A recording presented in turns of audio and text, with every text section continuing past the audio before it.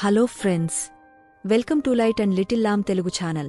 ఈరోజు దేవుడు యెహోషువ గ్రంథములో ఆయన చేసిన అద్భుతాలు, అనగా ఇశ్రాయేలీయులు దేవుని సహాయము చేత యొర్దాను నదిని ఎలా దాటారు, అలాగే యెరికో గోడలు ఎలా కూల్చబడ్డాయి తెలుసుకుందాము.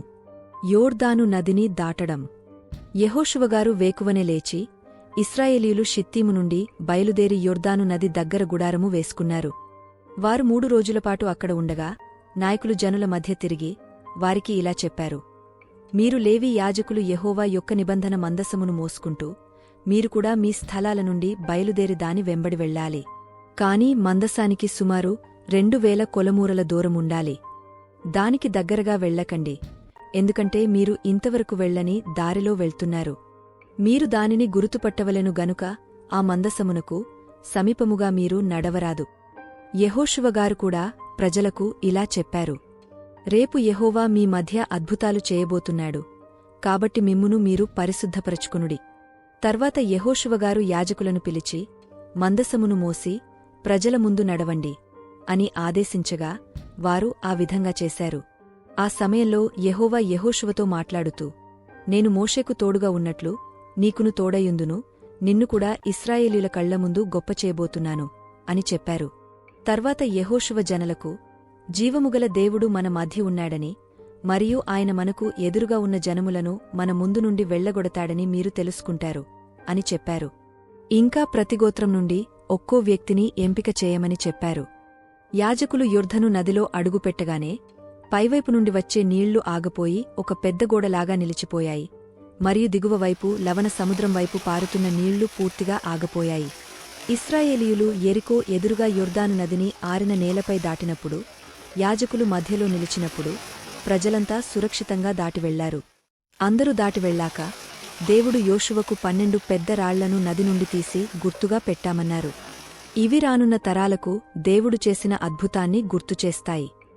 దేవుని మాటలను విశ్వసించి అనుసరించినందుకు ఇశ్రాయేలీయులు సురక్షితంగా వాగ్దాన భూమిలో ప్రవేశించారు. యెరికో గోడలు కూలడం. యొర్దాను దాటిన తర్వాత ఇశ్రాయేలీయులు యెరికో అనే నగరానికి వచ్చారు. కాని ఇంకో పెద్ద సమస్య వారికి ఎదురైంది. అదేమిటంటే యెరికో చుట్టూ పెద్ద, బలమైన గోడలు ఉన్నాయి, ఎవరు కూడా అందులోకి వెళ్లలేరు. యెరికో ప్రజలు యెహోవా దేవునికి భయపడి తలుపులు వేసుకొని ఉన్నారు. అప్పుడు దేవుడు యెహోషువకు ఒక ప్రత్యేకమైన ఆలోచన చెప్పారు. 6 రోజులపాటు సైనికులు నగర చుట్టూ దాని చుట్టూ ఒకసారి తిరుగవలెను. 7 యాజకులు పొట్టేలు కొమ్ము బూరలను పట్టుకుని ముందుగా నడువవలెను. 7వ దినమున మీరు 7 మారులు పట్టణము చుట్టూ తిరుగుచుండగా ఆ యాజకులు బూరల నూదవలెను. మానక ఆ కొమ్ములతో వారు ధ్వని చేయుచుండగా మీరు బూరల ధ్వని వినునప్పుడు జనులందరూ ఆర్భాటముగా కేకలు వేయవలెను. అప్పుడు ఆ పట్టణ ప్రాకారము కూలును. గనుక జనులు తమ ఎదుటికి చక్కగా ఎక్కుదురు అనెను. యెహోషువగారు ఇశ్రాయేలీయులు దీన్ని విశ్వసించి అనుసరించారు. 6 రోజులపాటు వాళ్లు ప్రతిరోజూ నగర చుట్టూ నిశ్శబ్దముగా ఒకసారి తిరిగివచ్చారు. ప్రజలు గోడలపై నుండి చూసి వాళ్లు ఏం చేస్తున్నారు అనుకుని ఆశ్చర్యపోయారు. 7వ రోజు 7 సార్లు తిరిగివచ్చారు. యాజకులు బూరలు ఊదగా ప్రజలు కేకలు వేసిరి. ఆ బూరల ధ్వని వినినప్పుడు ప్రజలు ఆర్భాటముగా కేకలు వేయగా ప్రాకారము కూలెను.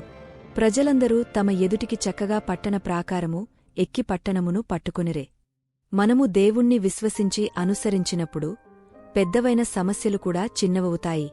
యెహోషువగారు ఎలాగైతే దేవునికి లోబడి ప్రతి చిన్న విషయములోనూ ఆయనపైన ఆధారపడి విజయమును చూశారో, మనము కూడా మన జీవితములో అలాగే ప్రతి చిన్న విషయములోనూ దేవునిపైన ఆధారపడి ఆయన చిత్తాన్ని తెలుసుకుంటే యెహోషువ మరియు ఇశ్రాయేలీయులకు ఎలా విజయము సాధించారో మనము కూడా అలానే విజయము సాధిస్తాము.